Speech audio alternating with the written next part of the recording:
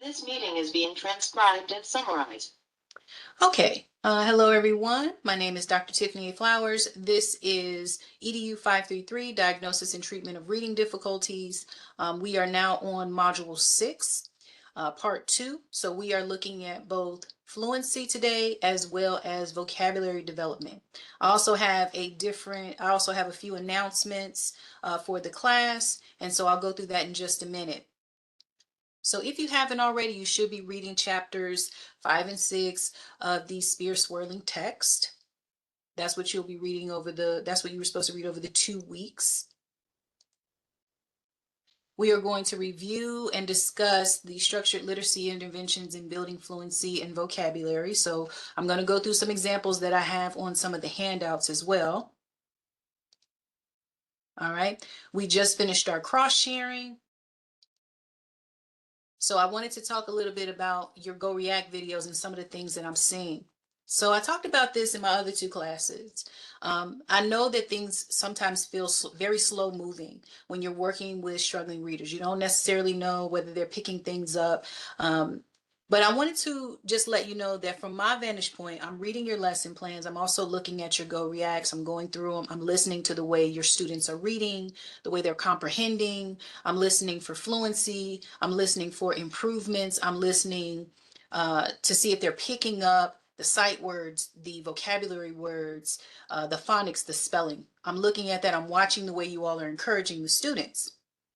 So this week especially, I'm noticing that the students are picking up on the routine and they are learning the concepts.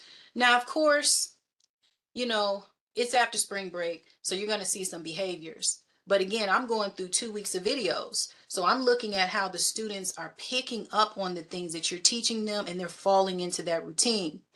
The other thing is I'm noticing that you're working to the end of the session with really good pacing. So you're starting to see that there might be some things that you have to say, you know what, I have this structured literacy plan. I really tried to get writing in. It didn't work. So I did the whole plan with the exception of the writing. So the next time I'm coming back, we're going to double up on that writing just to make sure we're getting that requisite practice in. And those are the type of instructional decisions that you should be making. The third thing is I'm noticing adjustments in your GoReact. You're making sure that you're limiting your activities to a certain time frame too, just so you're not working on phonics for 30 minutes. You might work on phonics for 10 because if you notice that the student that you're working with kind of needs that practice. So these are the things that I'm seeing. These are the things I'm hearing when you all are doing cross sharing. So I wanted to make sure that I talked about that. I also want to talk about the post assessments. And I also want to give a shout out to the student in my second class today that figured out that I left off the Dibbles NWF. Thank you so much for that because I would have had to send another follow-up email. I truly appreciate it. When you make a mistake, you need to admit you made a mistake and correct. So I want to model that for you all. So the post assessments that you're going to do, I want you to make note of this because you're going to do it during the last 4 sessions, which is the last 2 weeks of your tutoring, okay? That means that for day 1, you're going to do the motivation checklist, the motivation to read profile, the QR7 word list. For day 2, you'll do the QR7 fiction passages, the writing sample, the primary spelling inventory, the elementary spelling inventory. For day 3, you'll do the QRI7 nonfiction passages, the Dibbles oral reading fluency, the Dibbles nonsense word fluency, and if it's applicable, for your grade level that you're testing on, you'll do the Dibbles maze the same way you did at the beginning of the semester. Now for day 4, you're going to use that day to finish any assessment that you didn't finish on day 1, 2, and 3. I also want you to think about doing something special for your student. Okay. Every single semester that I have taught this class, whether it was at this institution or another institution, the students are so emotional on that last day. You are the only person in their life that is teaching them how to read and write, who has been consistent every single week, whether they show up or not. The only person who is pushing them outside of their classroom teachers and outside of whatever they're getting at home, you are the only person that has been consistent in their life who is cheerleading for them, who wants them to learn how to read. And the children recognize that oftentimes. So don't be surprised if you get a note, a letter from a student saying, you made me a better reader. Don't be surprised if they draw you a picture and tell you that you're their favorite person, because you just might be. So I want you to make sure you do something special, even if it's just on that day 4, you finish the assessment and all you all do is play games during that last day. Spend some time with your student, because that will be the last time that you work with that particular student. Also bring some tissues, because you're going to cry a little bit. Okay, so let's talk a little bit about fluency. Now, we know that fluency is one of the main core topics that we talk about when we talk about the simple view of reading. All of the science of reading theories, I believe it's 3, we're up to 3 now. They all talk about not just the components, but they talk about everything kind of building on one another in order for a student to become a very fluent or avid reader. So it's exposure to new words, it's learning word patterns. It's also looking at vocabulary development, comprehension, allowing time for reading practice, but most importantly, modeling fluency. A lot of times people think you teach fluency. That is a major misconception. You model fluency for students. You model expression. You model prosody. You model how to correctly enunciate words. And so it's very important that within your tutoring session that there is some time frame where you are working solely on fluency. There are 4 components of fluency, and this comes from Rosinsky, the fluent reader, and there are other theorists, other researchers who are scientifically based reading researchers who focus on fluency, and they all talk about the same things: expression and volume, smoothness, phrasing, and pace. Now, you all have probably noticed you have students who are either trying to really read on pace, or you have some students who are racing past the commas and the periods. So what I tell all of my students is, if you notice on the first day that they're doing that, when you're doing the assessment, within the first 2 weeks of the assessment, you need to do a lesson on pausing at a comma and stopping at a period, taking a breath, right? Learning to read a sentence silently before you read it aloud so that you go over it in your mind. There's a number of things that you can do to focus on fluency and not having students become these choppy readers, right? So within the Michigan Literacy Essentials, and of course, I'm going to send this out to you all. I'll send the recording and I'll send the handouts, okay? All right.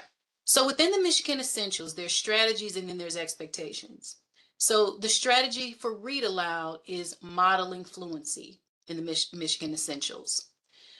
The strategy of repeated reading. So last week I gave everybody a packet that had vocabulary, fluency, and comprehension strategies in it, right? And I said we're going to use it for several weeks. So the repeated reading is where you have a student reread the same text to see if they improve on their fluency of reading that text. So what a lot of teachers do is they make a chart, and every time that child reads that text, they put the name of the text and then they give them a star. And they say, in order for you to master reading this text, you must read it 5 times. And they give them a certain amount of time to focus on it. And that helps them with their fluency, gives them a goal, right? So then there's also echo reading and choral reading. Now, I know that a lot of you have done this. I talked about this in my second class, and I talked about this in my first class. Echo reading, choral reading is okay. It's not really great over the computer. I don't know what it is, but your voice drops down whenever you're using that strategy. I don't know if it's because it's 2 people with their mics open. I'm not really sure. I'm not a tech professional. So I always tell people to save that particular strategy for the classroom. Save it when you're in person, because it's more effective there.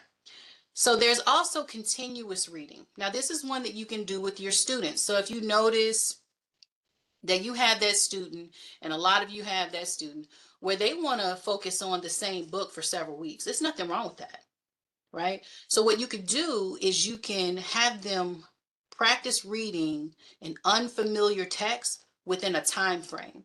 So you can say, hey, I want you to read this paragraph. I'm going to time you. And after you read this paragraph, I'm going to ask you some questions. There's nothing wrong with that. It's called continuous reading. The next is the partner reading.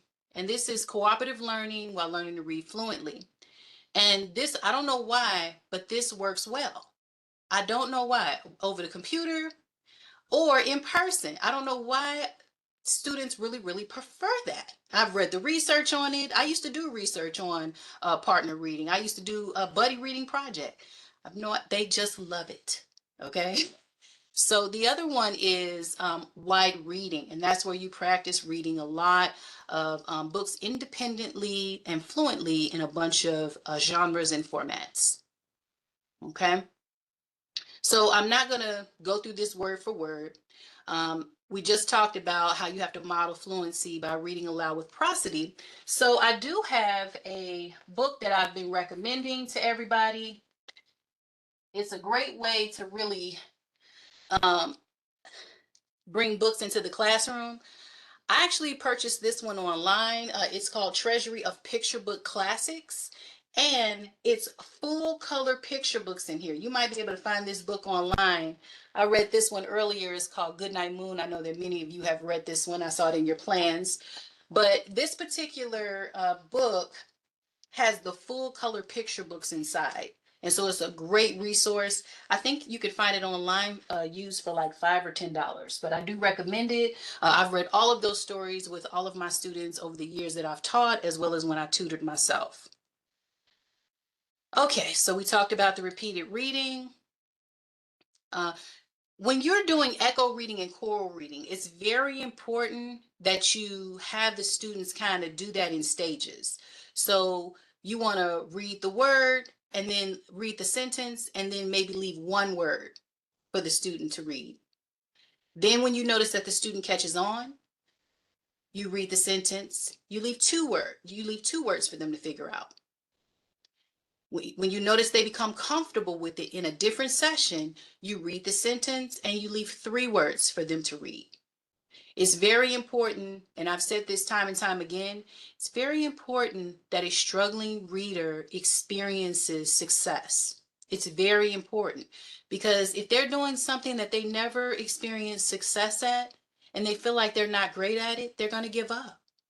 Okay, that's part of their avoidance behaviors. It's hard. They don't want to do it. They're going to give up. And you don't want them to get to that point. So why reading? The big thing with why reading, in addition to reading various genres, you want to make sure that you're reading digital books. Now, I've talked about the need for picture books because when you're in picture books, chapter books, physical books, when you're in the classroom, it's important for children to get experience with physical books because we know that children read better with physical books. We know that that's what the research states, right? But also because so much has become digital, we have to make sure that we are exposing children to digital text as well.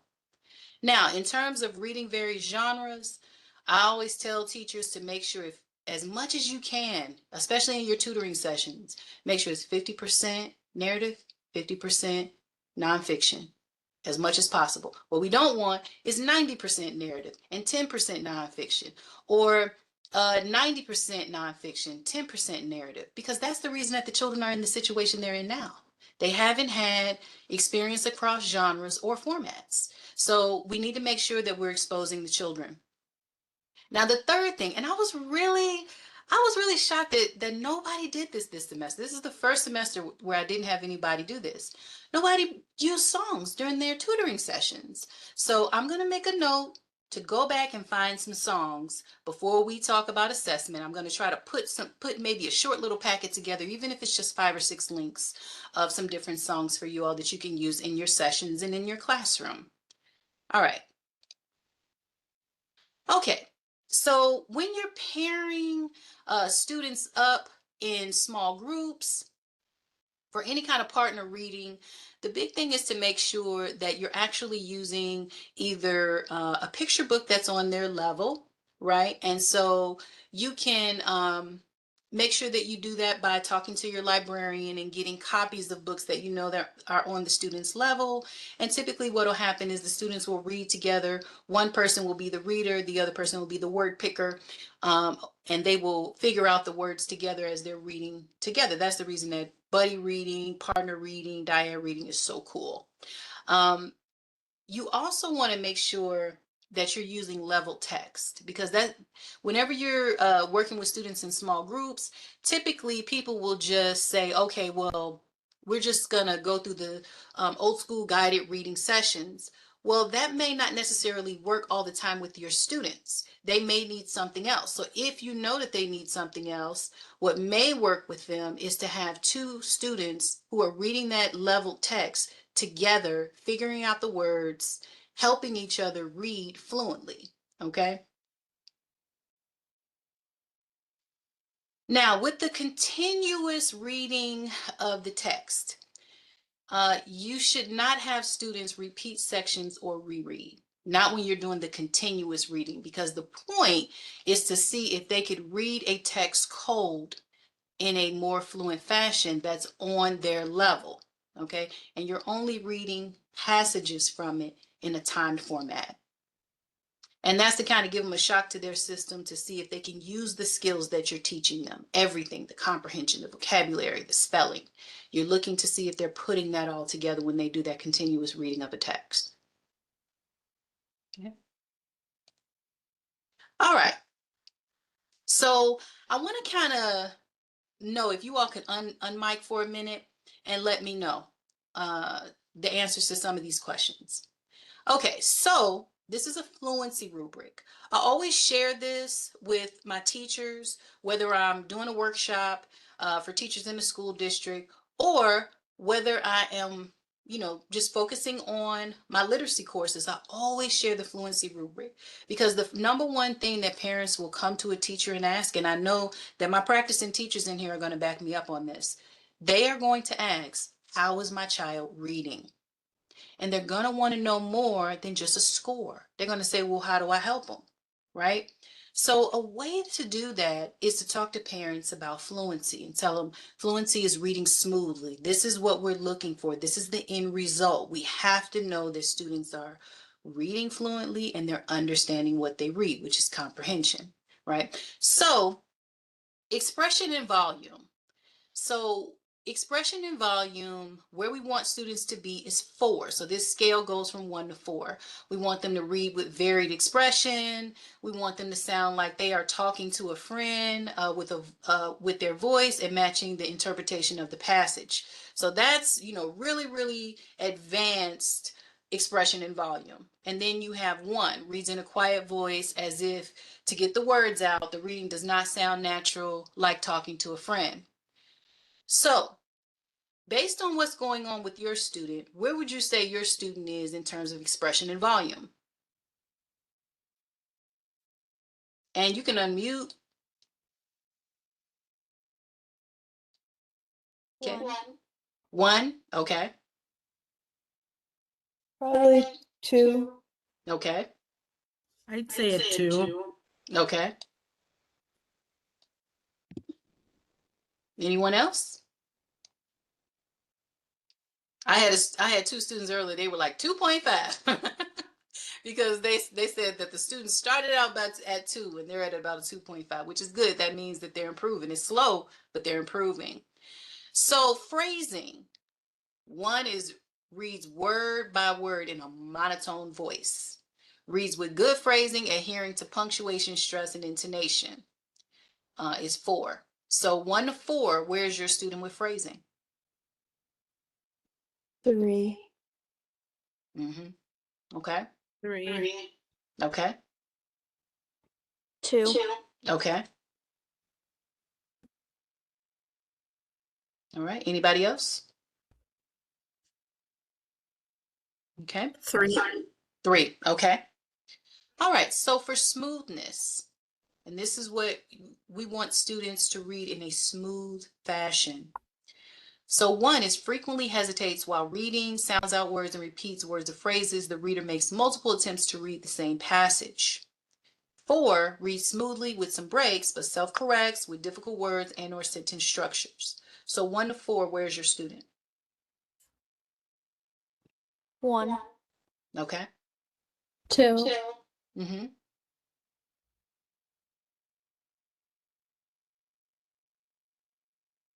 I'd say 2.5. Okay. All right. Okay. So the last area is pace. So the student reads slowly and laboriously. That's what it's called.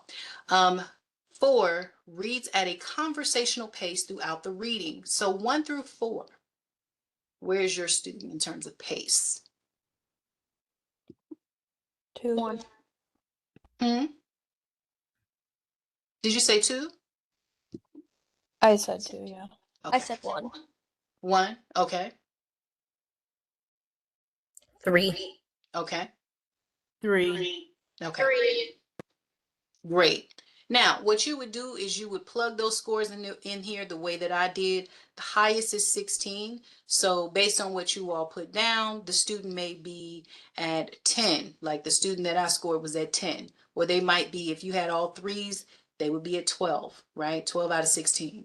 So this gives parents a more complete picture of what's going on with their child. And you can share this kind of stuff with your parents, okay? All right.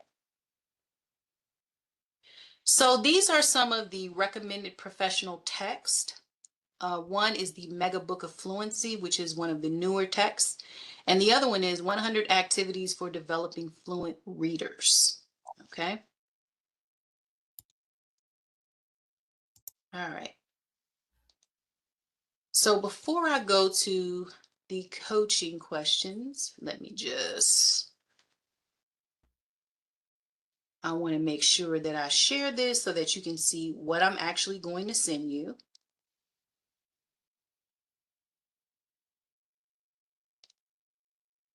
Okay.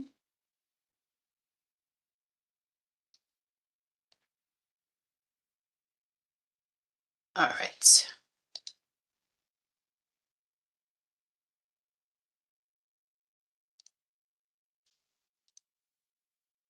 Okay. Now, I pulled these from my former university. They actually have a repository. And all of these are Reader's Theater scripts. Now, normally I would have you all, do your breakout sessions, but I do know that some of you have tried some of these. My hope is that you will become more comfortable doing Reader's Theater with students. There are different scripts here. I have some from K through 2, some from 3 through 5. And there's also another Reader's Theater script that has more simplistic stories on there, plays on there for students who really need that support of just saying 1 or 2 words, right? So the really cool thing about Reader's Theater is that they have lots of different books. These are classic books, folklore. But when you're using this, whether you're using this on the computer or whether you're using this in person, you could actually blow this up, make it extremely large for the student to be able to read. You can also manipulate this. You can highlight this, put this in another document, and you can highlight the different lines that you're going to read and then the ones that the student is going to read. Right. And so if you're a student, if you're working with a student that has a disability, if they have dyslexia, it's easier to put this in another document, highlight it, and make it like the reading windows that we talked about in the beginning of the class. So I want you to, when you get a chance, I want you to look at some of these scripts because there's lots of them. There's one that has 80 pages on here. So that way you can use this as a resource.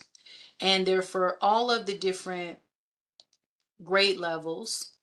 So you will have lots of different things to choose from. So let me just show you this one. Okay, you all should be able to see this one. This is the Reader's Theater scripts. See?